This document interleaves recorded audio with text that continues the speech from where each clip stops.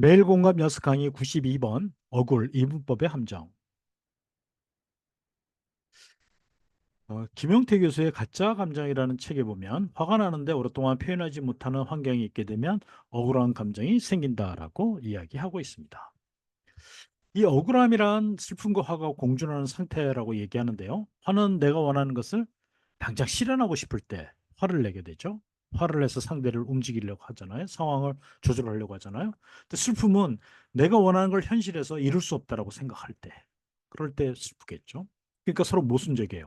하나는 당장 실현했으면 좋겠고, 실현하려고 하는 거고, 시도하는 거고, 하나는 시도할 수 없다라고 생각되는 거니까요. 그러니까 이런 모습을 가지고 있기 때문에 억울한 사람들은 상당히 우울합니다. 그리고 또 하나는 억울한 사람들의 특징은 의존적이라는 겁니다. 그래서 원망이 많습니다. 원망이라 화 속에 담긴 소망이다. 멋진 표현이죠. 네. 그러니까 화는 나는데 이걸 어떻게 처리할 길이 없고, 그리고 처리가 됐으면 좋겠고. 그러니까 이것을 자신이 현실에서 실현하지 못하니까 우울하고, 이것을 누군가 스스로 하는 것보다 다른 사람이 누군가 해주기를 바라요. 그래서 누군가를 찾아가서 이야기를 하게 되죠. 이 의존적인 사람들, 이 그 꼭 이 억울한 사람뿐만 아니라 의존적인 사람의 특징은 자신이 문제를 해결하려고 하는 것이 아니라 자신의 억울함을 누군가가 건져줄 거라고 생각을 해요. 근데 자신이 해결을 하려면 왜 이런 감정이 드는지, 그리고 내가 하려면 어떻게 해결하면 좋은지, 이런 자기를 바라보는 관점이 없다는 거예요. 그리고 관점이 자신이 아닌 외부 상대라든가 아니면 또 어떤 환경에서 원인을 찾고 있다라고 하는 거죠. 이 억울한 사람들의 특징이 이제 피해의식이 있죠. 피해 있으니까 억울한 거예요. 그래서 근데 이 억울함을 해소하려면 자신이 스스로 왜 이 억울함을 가지게 됐고, 이것을 어떻게 하면 되고, 이것을 바라봐야 되는데 그것을 바라보지 않으니까 계속 피해의식 때문에 우울하고 힘들고 억울하고 이렇게 되는 거죠.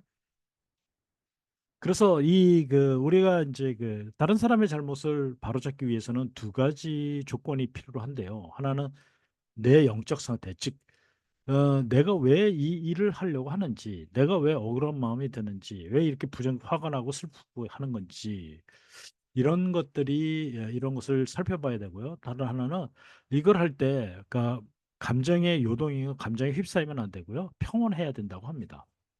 여기서 영적 상태란 왜 그걸 바로잡으려고 하는지, 그 동기의 성찰이 있어야 된다고 하고요. 그다음에 마음이 평안하고 온유한 상태. 여러분 기억을 해 주십시오. 제가 어느 책에서 읽었는데 부정적인 감정이 휩싸여 있을 때는 어떤 중요한 결정을 내리지 말라고 합니다. 하룻밤 자거나 마음이 평온했을 때 내리라고 합니다. 상황 판단을 제대로 할 수 있고 한쪽으로 치우치지 않는 상태가 됐을 때 다른 사람을 바로잡을 수 있는 방법이 생각난다고 합니다. 그리고 이 억울하니까 억울하다는 거는 나는 옳은데 상대가 잘못됐다. 라고 생각을 하기 때문에 상대의 입장이나 상황을 전혀 고려치 않습니다. 그러니까 나만 옳고 상대는 틀렸다. 예, 이건 이분법적인 생각이죠. 이것은 이분법적인 생각은 함정이 많습니다. 이것은 사실 우리 지양해야 되는 이거는 인지 오류에 속하는 겁니다. 반면에 이 억울함을 긍정적으로 본 사례인데요. 많은 억울한 사람들을 저 재판을 했던 유영근 판사, 이 사람이 이분이 우리는 왜 억울한가라는 책에서 이야기하고 있는데요. 이분이 주장하는 것은 억울함은 우리의 힘이다라고 이야기하고 있습니다. 내용을 보면 억울함이 자칫 부정적으로만 인식되기 쉽지만 나는 우리 국민이 남다르게 느끼는 억울함이 개인의 권리 구제에 대한 적극적인 태도와 사회적 정의 구현에 대한 높은 열망으로 표출되어 왔다고 생각한다. 그런 측면에서 나는 감히 억울함은 우리의 힘이다라고 말하고 싶다. 그렇겠죠? 네.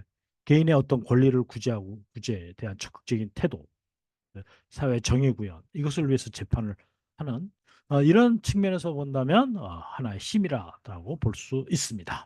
억울함에 대해서 여러분 부정적인 견해 그쪽으로 여러분들이 혹시 치우쳐 있다면 여러분들 자신의 내면을 좀 살펴보고 평온한 상태에서 왜 내가 이 억울함을 해소하고 싶은지에 대한 성찰이 있으면 좋을 것 같습니다. 감사합니다. 소통과 공감으로 만드는 성공적인 행복한 인생 소홍성이었습니다.